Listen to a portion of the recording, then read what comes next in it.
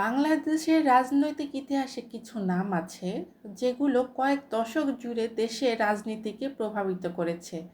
সেই নামগুলির মধ্যে অন্যতম বেগম খালেদা জিয়া। তিনি ছিলেন বাংলাদেশের প্রথম নারী প্রধানমন্ত্রী এবং মুসলিম বিশ্বের দ্বিতীয় নারী প্রধানমন্ত্রী। এই ডকুমেন্টারিতে আমরা নিরপেক্ষভাবে তুলে ধরব তার জীবন, রাজনৈতিক উত্থান, শাসনকাল, বিতর্ক এবং শেষ অধ্যায়। বেগম খালেদা জিয়ার জন্ম 15 আগস্ট 1945 সাল। 1960 সালের আগস্ট মাসে তার বিয়ে হয় তৎকালীন পাকিস্তান সেনাবাহিনীর ক্যাপ্টেন জিয়াউর রহমানের সঙ্গে।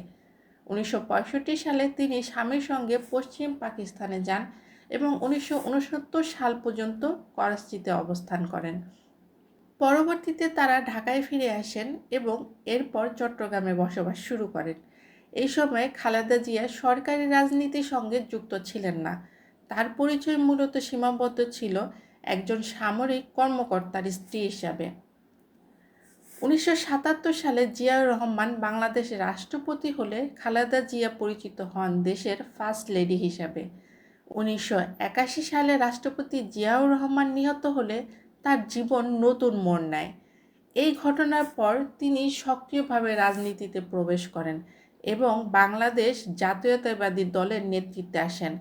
1982 সালে সামরিক শাসনের বিরুদ্ধে গণতান্ত্রিক আন্দোলনে তিনি গুরুত্বপূর্ণ ভূমিকা পালন করেন। 1996 সালে একটি স্বল্পস্থায়ী ও বিতর্কিত নির্বাচনের মাধ্যমে তিনি আবার ক্ষমতায় আসেন। তবে বিরোধী দলগুলোর বর্জনের কারণে রাজনৈতিক চাপ বাড়ে এবং গণ আন্দোলনের মুখে তিনি ক্ষমতা ছেড়ে দেন। 2001 সালে বিএনপি পুনরায় নির্বাচনে জয়ী হয় এবং খালেদা জিয়া দ্বিতীয়বারের মতো প্রধানমন্ত্রী হন। 2006 সালে শাসনকাল শেষ হলে রাজনৈতিক অস্থিরতা চরমে পৌঁছায়। 2007 সালে সেনা সমর্থিত তত্ত্বাবধায়ক সরকার ক্ষমতা গ্রহণ করে। এই সময় খালেদা জিয়া ও তার দুই সন্তানের বিরুদ্ধে একাধিক দুর্নীতির মামলা দায়ের হয়। 2018 সালে জিয়া অরফানেজ ট্রাস্ট ও জিয়া চ্যারিটেবল ট্রাস্ট মামলায় তাকে মোট 17 বছরের কারাদণ্ড দেওয়া হয়। 2019 সালে অসুস্থতার কারণে তাকে হাসপাতালে স্থানান্তর করা হয়। 2020 সালের মার্চ মাসে মানবিক কারণে তাকে শর্ত সাপেক্ষে গৃহবন্দী অবস্থায় মুক্তি দেওয়া হয়। রাজনৈতিক কর্মকাণ্ডের অংশগ্রহণ তখন নিষিদ্ধ ছিল। পরবর্তীতে নির্বাহী আদেশে তার দণ্ড মওকুফ করা হয়। 2024 সালের 27 নভেম্বর তিনি দুর্নীতি মামলায় থেকে খালাস পান। খালেদা জিয়ার দুই পুত্র তারেক রহমান ও আরাফাত রহমান কোকো। তারেক রহমান বর্তমানে বিএনপির ভারপ্রাপ্ত চেয়ারম্যান। 2015 সালে আরাফাত রহমান কোকো মালয়েশিয়ায় হৃদরোগে মারা যান।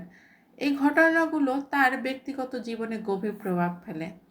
দীর্ঘদিন কিডনি, হৃদরোগ ও নিউমোনিয়ায় ভোগার পর 2025 সালের 30 ডিসেম্বর রাজধানীর এভারকেয়ার হাসপাতালে চিকিৎসাধীন অবস্থায় খালেদা জিয়ার মৃত্যুবরণ করেন।